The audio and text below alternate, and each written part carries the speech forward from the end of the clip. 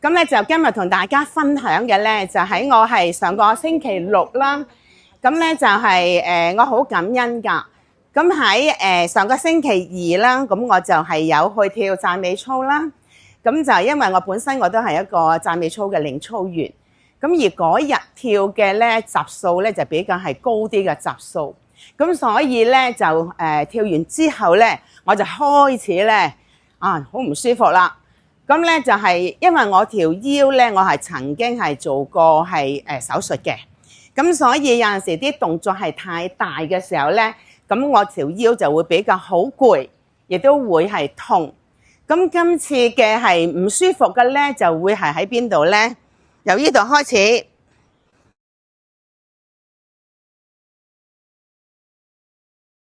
而家我可以咁樣挺直咁樣行啦。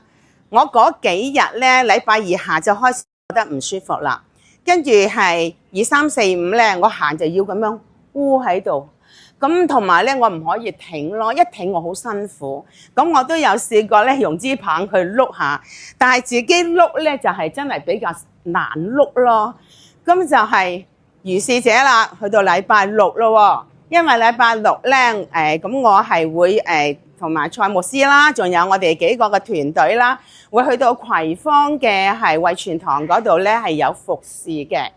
咁我一去到之後，我講俾阿牧師聽。開頭嗰幾日我諗，我話死啦！如果我咁樣痛嘅時候，咁我點樣可以去帶件背綠色咧？咁我覺得係祈禱之後咧，都好似係嗰個好個程度咧，都唔係差好遠。咁嗰一日禮拜六見到牧師，我就講俾佢聽，我話我呢度好痛啊！咁啊牧師一聽到之後咧，即刻碌支棒就同我碌，係咁樣同我碌後邊呢度。碌完之後碌咗一個時間啦，跟住之後咧，佢問我點喎，我就話好似鬆咗喎。